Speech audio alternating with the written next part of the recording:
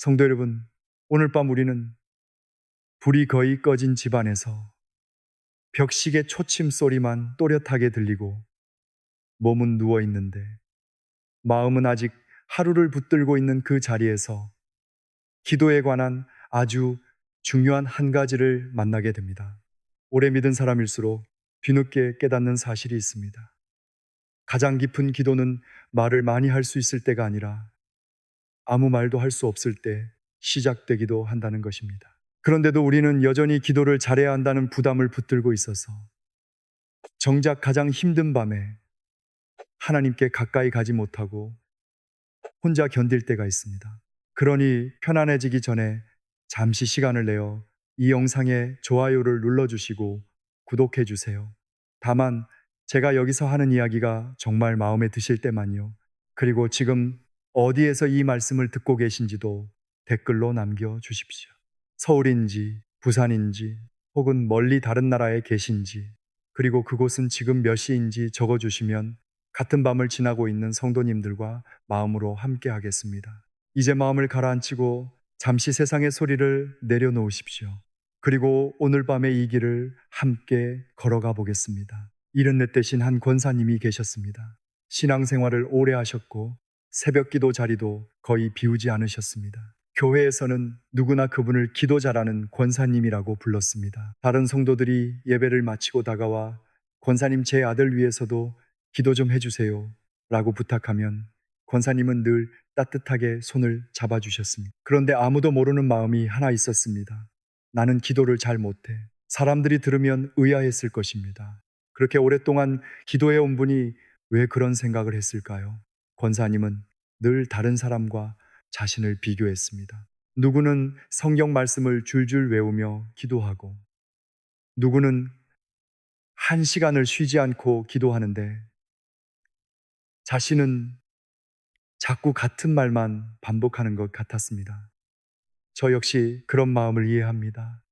목회자라고 해서 언제나 기도가 잘 되는 것은 아닙니다. 가슴이 너무 무거우면 기도문 한 줄조차 떠오르지 않을 때가 있습니다. 믿음이 없어서가 아닙니다. 사람이기 때문입니다. 그러던 어느 겨울 저녁이었습니다. 권사님 부부가 늦은 저녁을 먹고 있었습니다. 된장국에서는 아직 김이 올라오고 있었고 창문에는 차가운 겨울바람이 부딪히고 있었습니다. 남편이 숟가락을 내려놓으며 말했습니다. 여보, 오늘은 이상하게 가슴이 좀 답답하네. 권사님이 자리에서 일어나려는 순간이었습니다.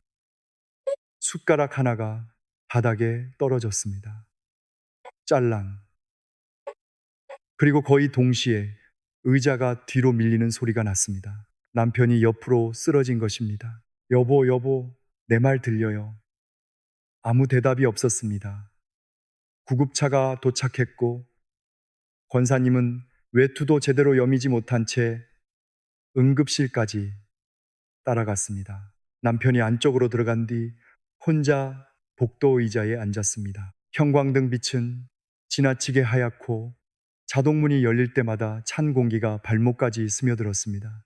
멀리서 바퀴 달린 침대가 지나가는 소리와 간호사들의 짧은 목소리가 들렸습니다. 그 순간 권사님은 생각했습니다. 기도해야지. 평생 해온 일이었습니다. 그런데 입이 열리지 않았습니다.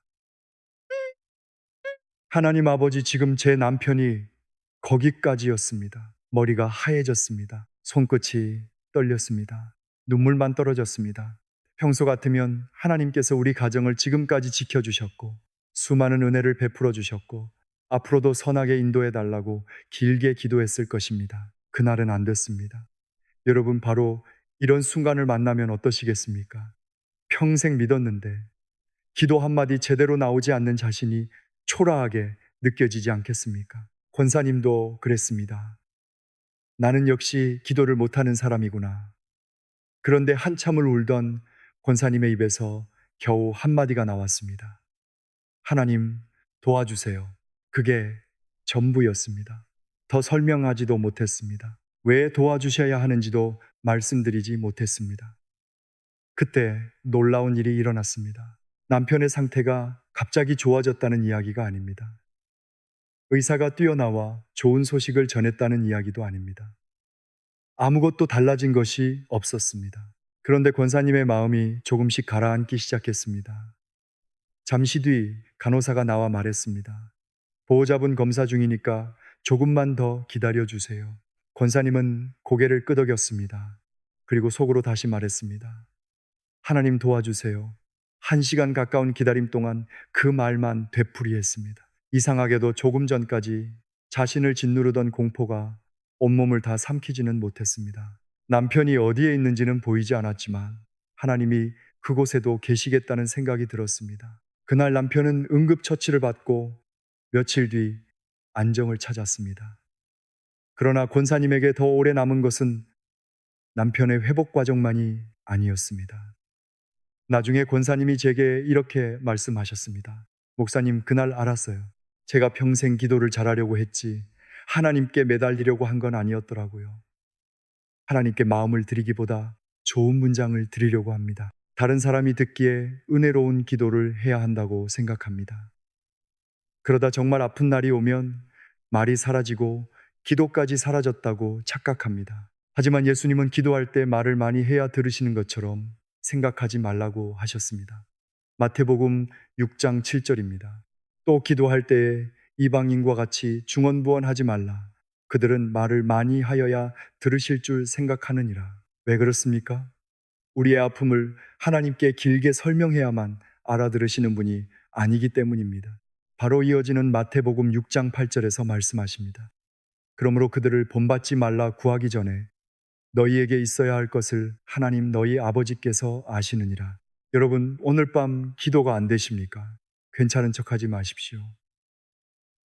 저도 힘든 날에는 좋은 말이 나오지 않습니다. 어떤 밤에는 한숨이 먼저 나오고 어떤 날에는 주님 한마디 뒤에 아무 말도 이어지지 않습니다. 그런데 바로 거기서 기도가 시작될 수 있습니다. 기도는 하나님께 정보를 전달하는 시간이 아닙니다. 내 마음이 다시 하나님을 향하는 시간입니다. 그러므로 짧아도 됩니다. 떨려도 됩니다. 울면서 말해도 됩니다. 오늘 밤 우리는 기도가 막힐 때 붙들 수 있는 7가지 짧은 기도를 차례로 만나게 될 것입니다. 나의 아버지 도와주세요. 용서하세요. 사랑해요. 감사해요. 뜻대로 해요. 충분해요. 그 7문 가운데 첫 번째 문이 가장 중요합니다. 부탁하기 전에 먼저 하나님을 어떤 분으로 부르느냐가 우리의 기도를 완전히 바꾸기 때문입니다. 기도가 막힐 때 제일 먼저 바꾸어야 할 것은 기도의 길이가 아닙니다. 하나님을 부르는 이름입니다. 여러분은 하나님을 가까운 분으로 느끼십니까? 아니면 너무 높고 크신 분이라 내 작은 사정까지 말씀드리기가 조심스럽습니까? 68 되신 한 집사님이 계셨습니다. 신앙생활은 50년 가까이 하셨습니다. 성경도 많이 읽으셨고 교회 일도 성실하게 감당하셨습니다. 그런데 기도할 때마다 마음 한구석이 늘 긴장됐다고 합니다. 하나님은 너무 크신 분 같은데 내가 이런 사소한 일을 말씀드려도 될까? 무릎이 조금 아픈 것, 자녀와 말다툼한 것, 병원 검사 결과가 걱정되는 것, 이런 이야기를 하나님께 꺼내면 괜히 민망했다고 합니다. 저도 때로 그렇습니다. 큰 일이 생겼을 때는 하나님을 찾으면서도 작은 속상함은 혼자 처리하려 합니다. 이것쯤은 내가 견뎌야지. 이런 것까지 기도하면 믿음이 약해 보이지 않을까? 그런데 그렇게 혼자 견디다 보면 마음의 거리가 조금씩 멀어집니다. 작은 방에는 젖은 수건 냄새가 났고 전기장판의 미지근한 열기가 이불 밑에서 올라왔습니다. 창밖은 아직 캄캄했습니다. 새벽 4시쯤 할머니는 지쳐 잠깐 눈을 붙였고 집사님이 손녀 곁에 혼자 앉아 있었습니다. 손녀가 마른 입술로 말했습니다. 할아버지 나 괜찮아. 집사님은 손녀의 이마에 손을 얹으며 애써 웃었습니다. 그럼 괜찮아질 거야. 그런데 정작 본인은 겁이 났습니다. 기도해야겠다고 생각했습니다. 평소처럼 근사하게 시작하려 했습니다. 전능하시고 거룩하신 하나님 아버지. 그런데 그날은 이상하게 다음 말이 이어지지 않았습니다. 손녀의 뜨거운 이마를 만지고 있는데 갑자기 이런 생각이 들었습니다. 나는 이 아이의 할아버지이고 이 아이가 아프다고 부르면 바로 달려오는데 하나님도 정말 나에게 그런 아버지이신가? 그 순간 입에서 아주 짧은 말이 나왔습니다. 나의 아버지. 집사님은 잠시 멈추셨습니다. 그리고 다시 불렀습니다. 나의 아버지. 갑자기 눈물이 났습니다. 50년 동안 수없이 하나님 아버지를 불렀는데 그 새벽에는 처음으로 그 말이 호칭이 아니라 관계처럼 느껴졌다고 합니다. 내가 하나님께 민폐를 끼치는 사람이 아니라 자녀구나. 내가 작은 일까지 숨겨야 하는 사람이 아니라 아버지께 가져갈 수 있는 사람이구나. 그 마음이 들어오니 긴 기도가 필요하지 않았습니다. 이런 마음의 거리가 아프지 않습니까? 오래 믿었는데도 하나님 앞에서 여전히 손님처럼 서 있는 느낌 말입니다. 그 아픔을 성경은 관계의 말씀으로 받아줍니다. 로마서 8장 15절입니다. 너희는 다시 무서워하는 종의 영을 받지 아니하고 양자의 영을 받았으므로 우리가 아빠 아버지라고 부르짖느니라. 두려워하는 종이 아니라 자녀라고 하십니다. 여러분, 기도는 시험장이 아닙니다. 아버지께 가는 자리입니다. 아이가 넘어져 무릎이 까졌을 때 아버지에게 사고 경위를 길게 설명하지 않습니다. 그냥 웁니다. 아빠. 그 한마디에 아프다는 것도 들어있고 무섭다는 것도 들어있고 도와달라는 마음도 들어 있습니다. 며칠 뒤 집사님의 손녀는 기운을 되찾았습니다. 아침에 눈을 뜨더니 이렇게 말했다고 합니다. 할아버지 배고파. 집사님은 그 말을 듣고 웃다가 또 울었습니다.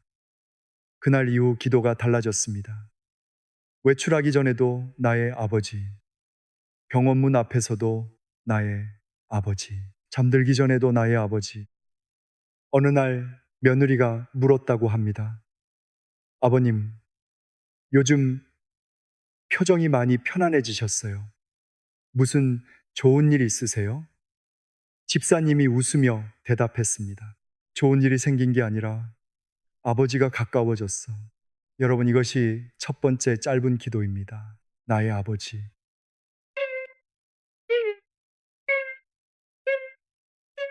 그런데 아버지가 가까워졌다고 해서 삶이 갑자기 쉬워지는 것은 아닙니다.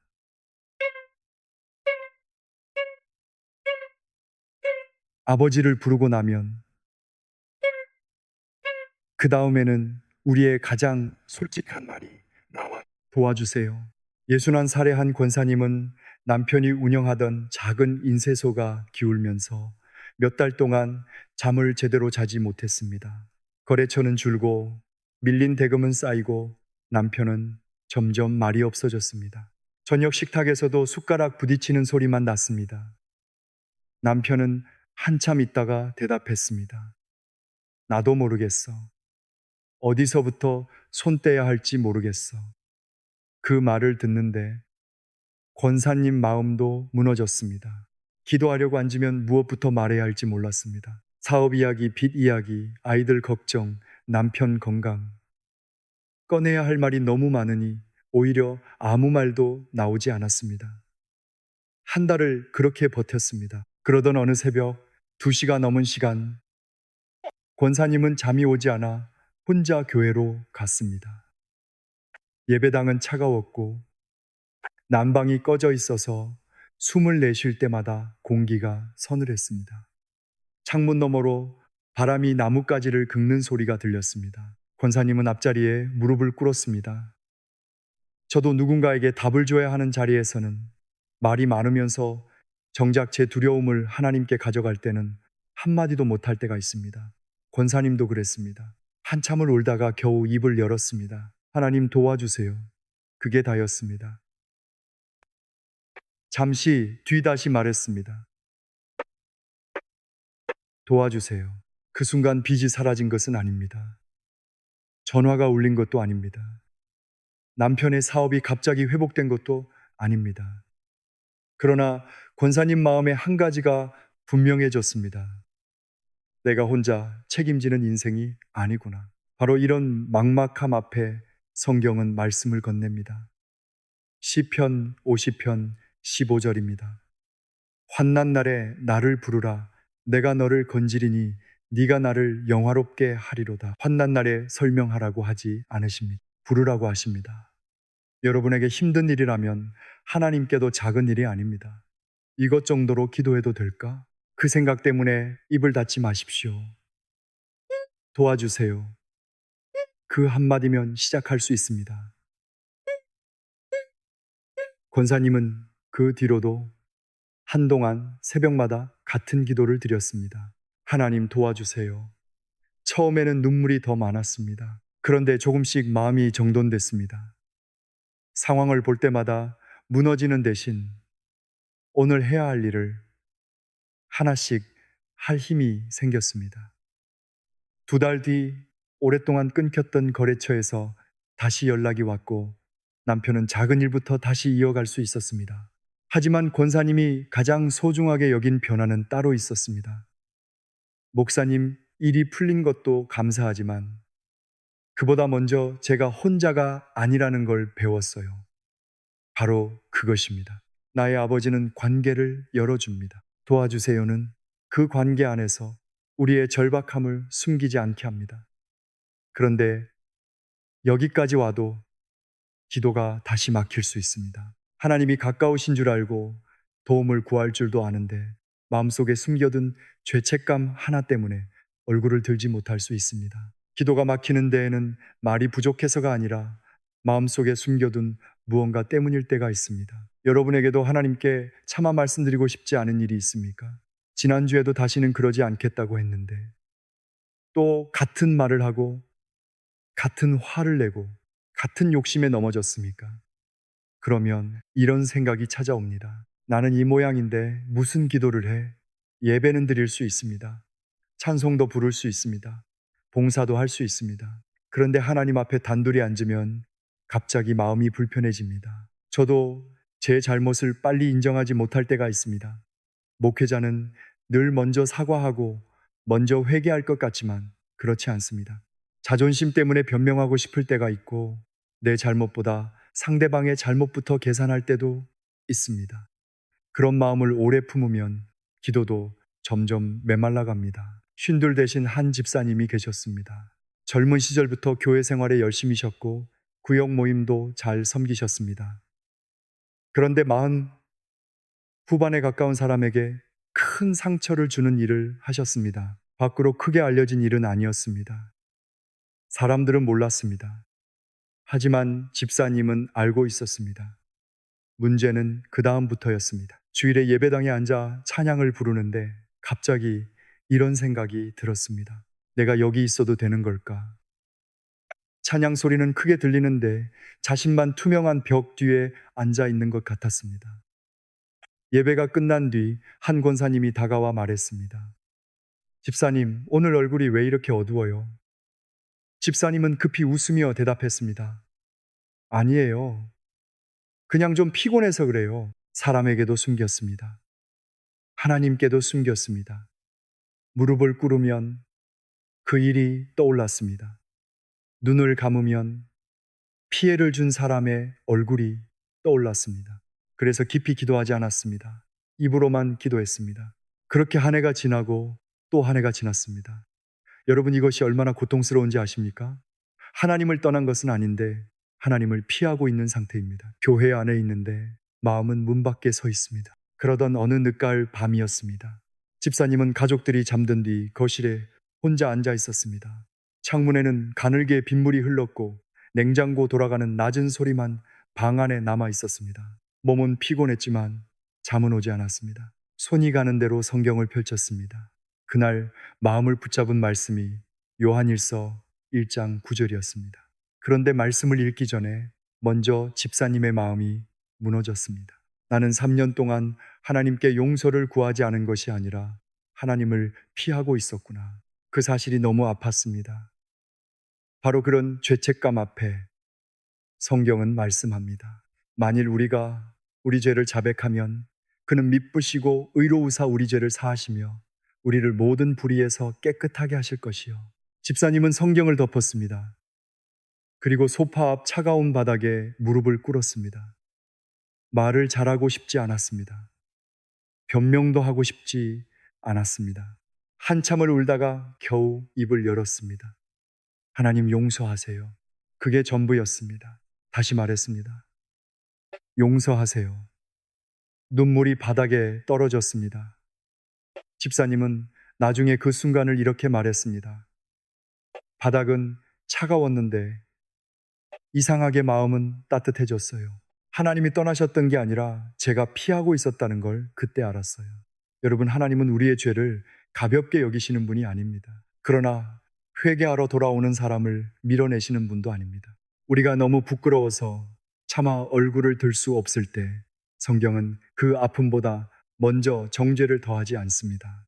오히려 돌아오라고 길을 열어줍니다. 이사야 1장 18절입니다. 여호와께서 말씀하시되 오라 우리가 서로 변론하자. 너희의 죄가 주홍 같을지라도 눈과 같이 희어질 것이요 진홍같이 붉을지라도 양털같이 희게 되리라. 주홍처럼 지워지지 않을 것 같은 죄도 하나님은 씻으실 수 있다고 말씀하십니다.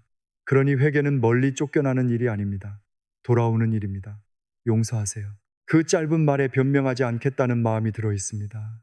숨지 않겠다는 결심이 들어 있습니다. 하나님 앞에 다시 서겠다는 마음이 들어 있습니다. 그런데 집사님의 이야기는 거기서 끝나지 않았습니다. 하나님께 용서를 구하고 몇 달이 지나자 마음속에 계속 한 사람이 떠올랐습니다. 자신이 상처를 주었던 바로 그 사람이었습니다. 집사님은 전화를 들었다 놓았다 여러 번 반복했습니다. 상대방이 화를 내면 어떡하지? 거절하면 어떡하지? 어느 날 결국 전화를 걸었습니다. 여보세요. 낯익은 목소리가 들렸습니다. 집사님은 한참 침묵하다가 말했습니다. 제가 너무 늦었죠. 그때 제가 정말 잘못했습니다. 미안합니다. 전화기 너머에서도 잠시 아무 말이 없었습니다. 그러다 상대방이 조용히 말했습니다. 그 말 기다렸어요. 그 한마디에 집사님은 또 울었습니다. 여러분, 하나님께 진실해지면 사람 앞에서도 진실해질 힘이 생깁니다. 회개는 감정을 가볍게 만드는 기술이 아닙니다. 관계를 다시 바로 세우는 길입니다. 물론 모든 관계가 즉시 회복되는 것은 아닙니다. 용서를 구했다고 상대방이 곧바로 마음을 열지 않을 수도 있습니다. 우리가 만든 상처에는 책임도 따릅니다. 그래도 하나님 앞에서 숨지 않는 첫걸음은 시작할 수 있습니다. 용서하세요. 오늘 밤 그 말이 필요한 분이 계십니까? 길게 설명하려 하지 마십시오. 하나님은 이미 아십니다. 숨기는 것을 멈추고 그분께 돌아가십시오. 지금까지 우리는 세 가지 기도를 만났습니다. 나의 아버지, 도와주세요. 용서하세요. 관계가 열리고 절박함을 맡기고 죄책감의 벽까지 무너졌습니다. 그런데 여기서 더 깊은 문제가 하나 남습니다. 죄가 정리되어도 신앙이 뜨거워지지 않을 수 있습니다. 예배도 드리고 기도도 하는데 마음은 여전히 메마르고 모든 것이 의무처럼 느껴질 수 있습니다. 오래 믿었는데도 하나님이 멀게 느껴지고 예배가 의무처럼 느껴질 수 있습니다. 여러분은 최근에 하나님께 사랑한다고 말씀드려 보셨습니까? 무엇을 달라고 구하는 기도는 많이 했습니다. 자녀를 지켜달라고 했습니다. 건강을 붙들어 달라고 했습니다. 사업을 도와달라고 했습니다. 그런데 아무것도 부탁하지 않고 그냥 이렇게 말한 적은 얼마나 되십니까? 하나님 사랑해요. 56 되신 한 집사님이 계셨습니다. 교회 사람들은 그분을 성실한 신앙인이라고 생각했습니다. 그런데 집사님 마음에는 기쁨이 없었습니다. 예배 시간이 되면 몸은 교회에 갔지만 마음은 따라가지 못했습니다. 찬양을 불러도 가사가 입술에서만 맴돌았습니다. 이가 이를 하가 이러 기도하려고 눈을 감으면 해야 할 말만 떠올랐습니다. 집사님이 남편에게 어느 날 이렇게 말했습니다. 나 요즘 왜 이러는지 모르겠어. 하나님을 믿기는 믿는데 가까운 느낌이 안 들어. 남편이 잠시 생각하다 말했습니다. 너무 오래 잘하려고만 해서 그런 거 아니야. 그 말이 마음에 남았습니다. 저도 이 부분이 아픕니다. 신앙이 오래될수록 익숙함을 믿음이라고 착각할 때가 있습니다. 말씀을 알고 예배 순서를 알고 기도하는 방법도 압니다. 그런데 정작 하나님을 사랑하는 마음은 어디에 있는지 스스로에게 묻기가 두려울 때가 있습니다. 어느 초봄 새벽이었습니다. 집사님은 가족들이 아직 자는 시간에 부엌 식탁에 혼자 앉아 있었습니다. 보일러가 돌아가는 낮은 소리가 들렸고 창문 가장자리에는 새벽빛이 희미하게 번지고 있었습니다. 식탁 위에는 전날 읽다만 성경과 식어버린 보리차 한 잔이 놓여 있었습니다. 기도하려는데 마음속에서 한 질문이 떠올랐습니다. 너는 나를 사랑하느냐? 집사님은 바로 대답하려 했습니다. 당연히 사랑하죠. 그런데 그 말이 나오지 않았습니다. 믿는 것은 분명했습니다. 그러나 사랑하고 있는지는 자신이 없었습니다. 그 사실이 너무 서글펐습니다. 여러분, 하나님과 오래 함께 있는데 사랑이 잘 느껴지지 않는다는 고백이 부끄럽습니까? 그렇다면 바로 그 아픔을 가지고 말씀 앞에 서야 합니다. 신명기 6장 5절은 말씀합니다. 너는 마음을 다하고 뜻을 다하고 힘을 다하여 네 하나님 여호와를 사랑하라. 이 말씀은 감정이 완벽해질 때까지 기다리라는 뜻이 아닙니다. 지금 가진 마음으로 하나님을 향하라는 초대입니다. 집사님은 아주 작은 목소리로 말했습니다. 하나님 사랑해요. 어색했습니다. 다시 말했습니다. 잘 모르겠지만 사랑해요. 조금 뒤에는 이렇게 말했습니다. 느껴지지 않아도 사랑하고 싶어요. 그 순간 눈물이 났습니다. 큰 감동적인 일이 일어난 것도 아니었습니다. 그런데 오래 닫혀 있던 문이 조금 열린 것 같았습니다. 집사님은 나중에 이렇게 고백했습니다. 믿는 것과 사랑한다고 고백하는 것이 이렇게 다른 줄 몰랐어요. 그날부터 집사님은 아침마다 같은 말을 했습니다. 하나님 사랑해요. 처음 일주일은 여전히 어색했습니다. 한 달쯤 지나 어느 주일 찬양을 부르다가 가사 한 줄이 마음에 들어왔습니다. 예전에는 수십 번 부른 찬양인데 그날은 이상하게 눈물이 났습니다. 예배를 마치고 집으로 돌아오는 길에 남편이 물었습니다. 당신 오늘 많이 울던데 괜찮아? 집사님이 웃으며 대답했습니다.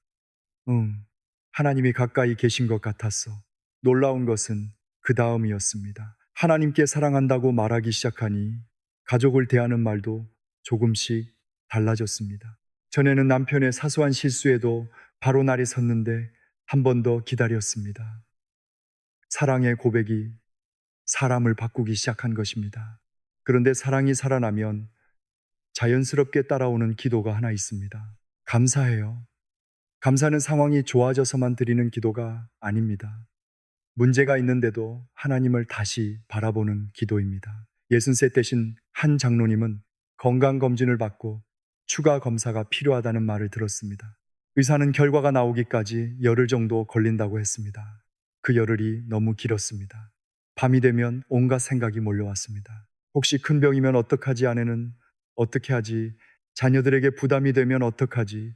검사 결과를 기다린 지 사흘째 되는 밤 장로님이 아내에게 말했습니다. 아무래도 잠이 안 온다. 아내가 물 한 잔을 건네며 말했습니다.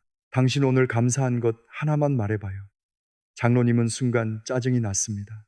이 상황에 무슨 감사인가 싶었습니다. 하지만 잠시 생각했습니다. 그리고 말했습니다. 오늘 당신이 옆에 있어준 것. 아내가 웃었습니다. 그럼 하나 더요.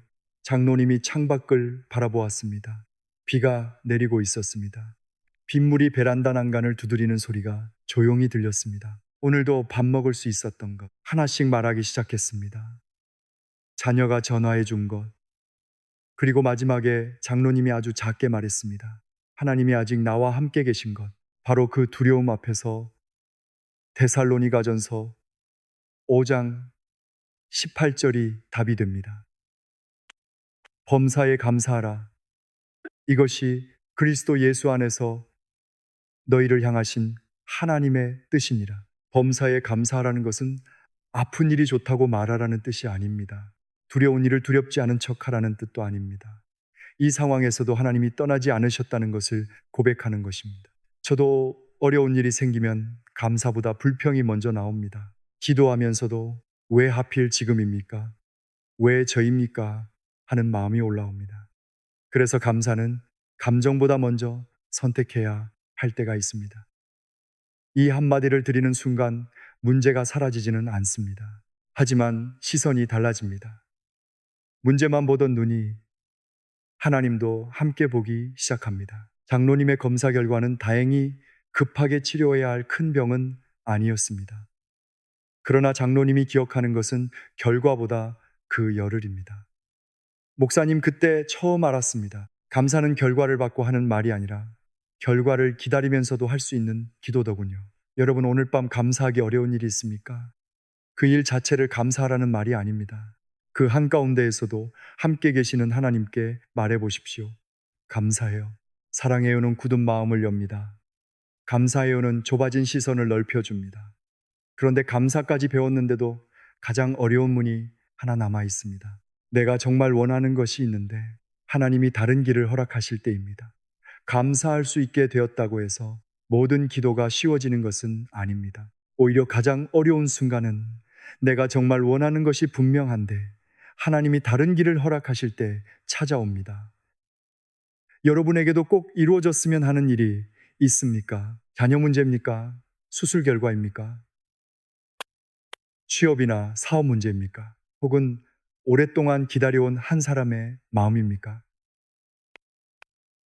우리는 기도하면서도 사실 마음속에 답을 정해 놓을 때가 있습니다. 하나님, 이렇게 해주세요. 이 방법으로 해주세요. 이때까지 해주세요. 그리고 응답이 다르게 오면 마음이 흔들립니다. 저도 그렇습니다. 하나님의 뜻을 구한다고 말하면서도 속으로는 제 뜻을 허락해달라고 기도할 때가 있습니다. 내가 원하는 문이 닫히면 믿음이 흔들리고 왜 하나님이 이렇게 하시는지 서운해질 때도 있습니다. 65 되신 한 집안 널 네 아들이 있었습니다.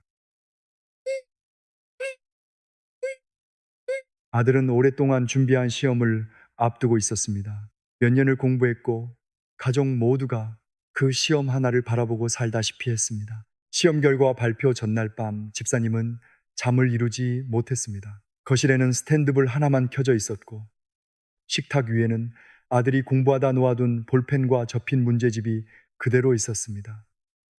벽시계가 1시를 넘겼습니다. 집사님은 계속 기도했습니다. 하나님, 꼭 합격하게 해주세요. 이번만은 꼭 해주세요. 엄마 아직 안 주무셨어요. 집사님이 웃으며 말했습니다. 너 때문에 기도하고 있었지. 아들이 잠시 서 있다가 조용히 말했습니다. 엄마, 떨어져도 너무 속상해하지 마세요. 나 괜찮을 거예요.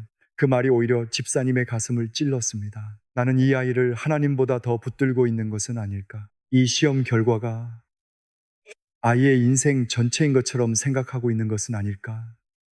그 밤에 집사님은 한동안 아무 말도 하지 못했습니다. 그리고 아주 어렵게 이렇게 기도했습니다. 하나님 뜻대로 해요. 그 말을 하는데 눈물이 났습니다. 처음에는 마치 포기하는 것 같았습니다.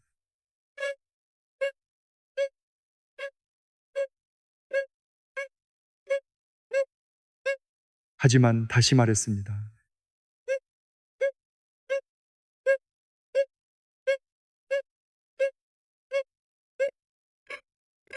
그 순간 문제가 해결된 것은 아닙니다. 결과도 아직 나오지 않았습니다. 그러나 집사님은 처음으로 아들의 미래를 자기 손에서 내려놓는 느낌이 들었다고 합니다. 바로 이런 두려움 앞에서 예수님의 기도가 우리에게 길을 보여줍니다. 마태복음 26장 39절입니다. 조금 나아가사 얼굴을 땅에 대시고 엎드려 기도하여 이르시되 내 아버지여, 만일 할 만하시거든 이 잔을 내게서 지나가게 하옵소서. 그러나 나의 원대로 마시옵고 아버지의 원대로 하옵소서 하시고, 예수님도 원하시는 것을 말씀하셨습니다. 잔이 지나가기를 구하셨습니다. 그러나 거기서 끝나지 않으셨습니다. 아버지의 뜻에 자신을 맡기셨습니다. 여러분, 뜻대로 해요는 아무 감정도 없는 사람이 드리는 기도가 아닙니다. 오히려 너무 간절해서 내 뜻을 내려놓기 어려운 사람이 드리는 기도입니다. 그게 믿음입니다. 결과를 몰라도 하나님을 신뢰하는 것. 내가 원하는 길이 아니어도 하나님이 나를 버리지 않으신다고 믿는 것. 집사님의 아들은 그해 시험에 합격하지 못했습니다. 결과를 본 순간 집사님도 많이 울었습니다. 아들도 한동안 말이 없었습니다. 그날 저녁 집사님이 아들에게 말했습니다. 엄마도 속상해. 그런데 우리 여기서 끝난 건 아니잖아. 아들이 고개를 끄덕였습니다. 다시 생각해 볼게요. 몇 달 뒤 아들은 자신이 정말 원하는 일이 무엇인지 다시 살펴보기 시작했고 이전과 다른 길을 선택했습니다. 시간이 흐른 뒤 집사님은 이렇게 고백했습니다. 그때는 불합격이 끝인 줄 알았어요. 그런데 하나님은 제가 보지 못한 길도 보고 계셨더라고요. 모든 경우가 이렇게 눈에 보이는 설명으로 이어지는 것은 아닙니다. 어떤 일은 오래 지나도 이유를 모를 수 있습니다. 그래서 뜻대로 해요. 다음에는 더 깊은 기도가 필요합니다. 7번째 기도입니다. 충분해요. 이 말은 가진 것이 많다는 뜻이 아닙니다. 문제가 없다는 뜻도 아닙니다. 하나님이 계시기에 내가 완전히 버려진 사람은 아니라는 고백입니다. 70 되신 한 권사님은 남편을 먼저 떠나보내신 뒤 오랫동안 혼자 사셨습니다. 평생 함께 먹던 식탁에 혼자 앉는 것이 제일 힘들었다고 합니다. 아침에 눈을 뜨면 집이 지나치게 조용했습니다. 저녁에는 현관문 열리는 소리가 더 이상 들리지 않았습니다. 냉장고 안에 반찬은 있는데 밥을 차리고 싶은 마음이 없었습니다. 어느 날 저녁 권사님의 딸이 전화를 했습니다. 엄마 저녁 드셨어? 권사님이 잠시 머뭇거리다가 말했습니다. 응, 먹었어. 사실은 먹지 않았습니다. 딸에게 걱정을 끼치고 싶지 않았기 때문입니다. 전화를 끊고 나니 더 외로웠습니다. 권사님은 식탁에 앉아 한참을 울었습니다. 여러분, 이런 상실 앞에서 무슨 말을 할 수 있겠습니까? 저도 사랑하는 사람을 잃은 분 앞에서는 쉽게 설명하지 못합니다. 하나님이 다 뜻이 있으시다고 빨리 말하고 싶지 않습니다. 어떤 아픔은 설명보다 곁에 있어주는 것이 먼저이기 때문입니다. 그날 권사님도 말이 없었습니다. 한참 후 성경을 펼쳤습니다. 시편 23편 1절이 눈에 들어왔습니다. 여호와는 나의 목자시니 내게 부족함이 없으리로다. 권사님은 그 말씀 앞에서 오히려 마음이 아팠다고 합니다. 부족한데, 너무 부족한데, 남편도 없고 말벗도 없고 집은 이렇게 비어 있는데 어떻게 부족함이 없다고 하지? 그러다 한참 뒤 아주 작은 목소리로 말했습니다. 주님이 계시니 충분해요. 말하면서도 눈물이 났습니다. 다시 말했습니다. 오늘은 외롭지만 주님이 계시니 충분해요. 그날 외로움이 사라진 것은 아닙니다. 빈 의자가 채워진 것도 아닙니다. 그런데 권사님은 혼자라는 말과 버려졌다는 말이 같은 말은 아니라는 것을 조금씩 알게 되셨습니다. 하박국 3장 17절과 18절도 같은 고백을 들려줍니다. 비록 무화과 나무가 무성하지 못하며 포도나무에 열매가 없으며 감람나무에 소출이 없으며 밭에 먹을 것이 없으며 우리의 양이 없으며 외양간에 소가 없을지라도 나는 여호와로 말미암아 즐거워하며 나의 구원의 하나님으로 말미암아 기뻐하리로다. 없는데도 기뻐합니다. 부족함을 부정해서가 아닙니다. 하나님을 잃지 않았기 때문입니다. 그리고 예수님은 마태복음 6장 33절에서 말씀하십니다. 그런즉 너희는 먼저 그의 나라와 그의 의를 구하라. 그리하면 이 모든 것을 너희에게 더하시리라. 충분해요는 더 이상 아무것도 필요 없다는 말이 아닙니다.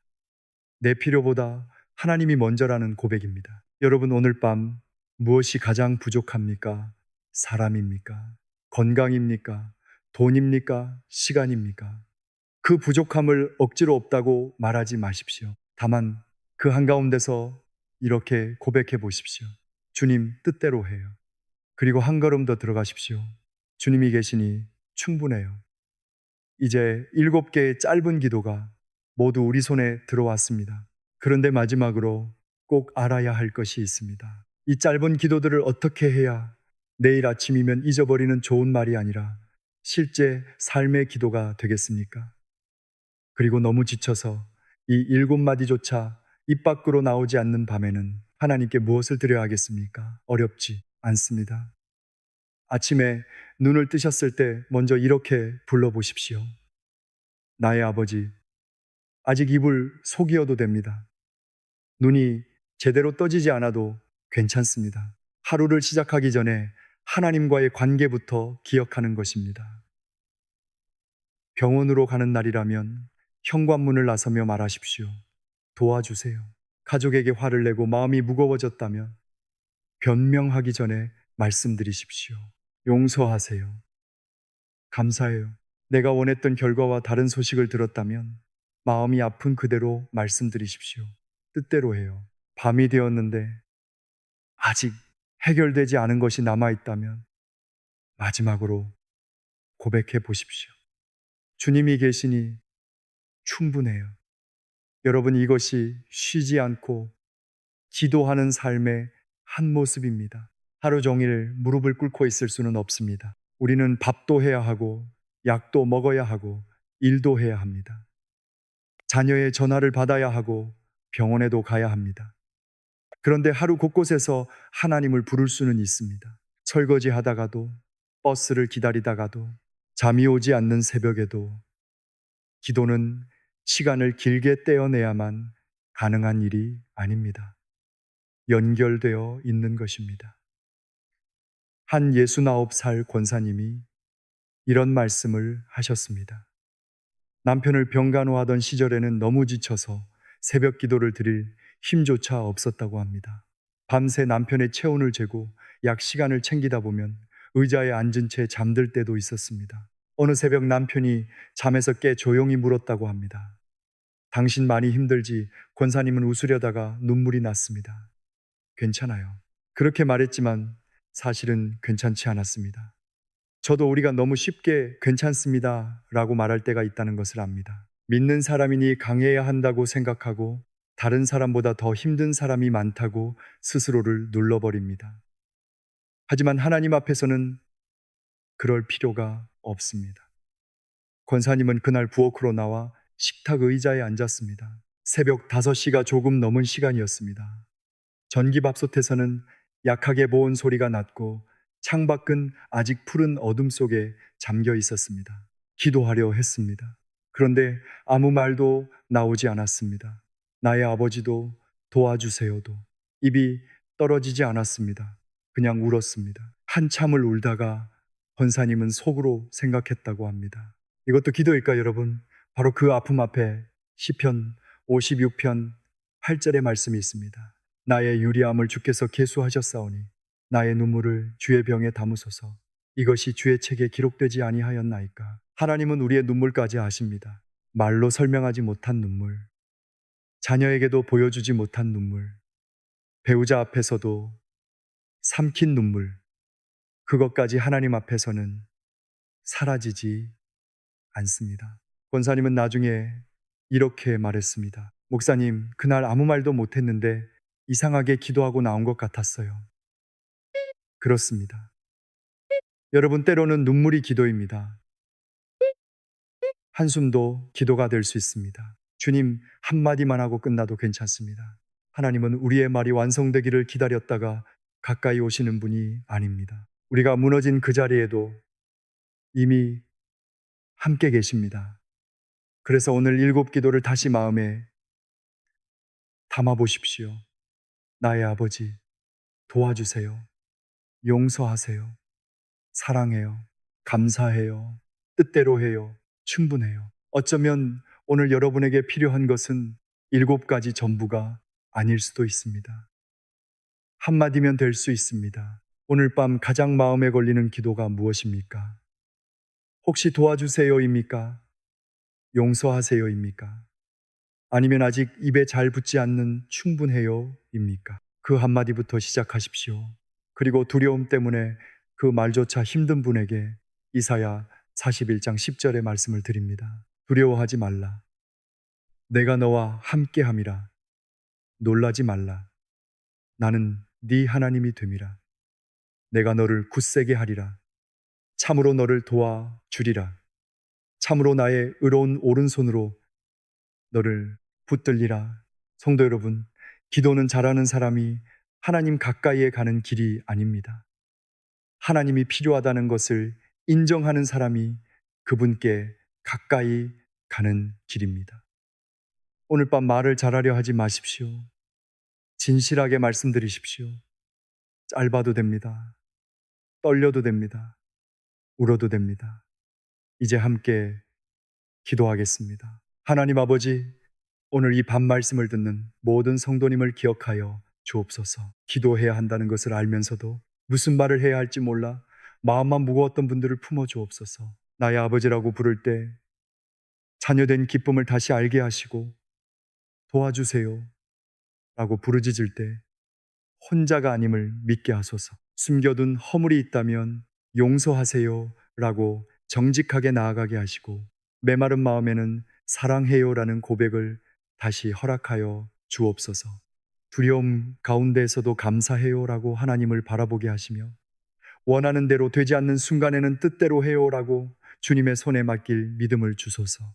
그리고 모든 것이 부족하게 느껴지는 밤에도 주님이 함께 계시기에 충분해요 라고 고백할 수 있는 평안을 허락하여 주옵소서. 말이 나오지 않는 분들의 눈물도 받아주십시오. 한숨밖에 남지 않은 분들의 한숨도 기억하여 주십시오. 병든 몸 곁에 함께 하시고 자녀 때문에 잠 못 이루는 부모의 마음을 붙드시며 경제적인 어려움과 관계의 아픔과 외로움 속에 있는 성도님들에게 오늘도 하나님이 떠나지 않으셨다는 사실을 깊이 알게 하여 주옵소서.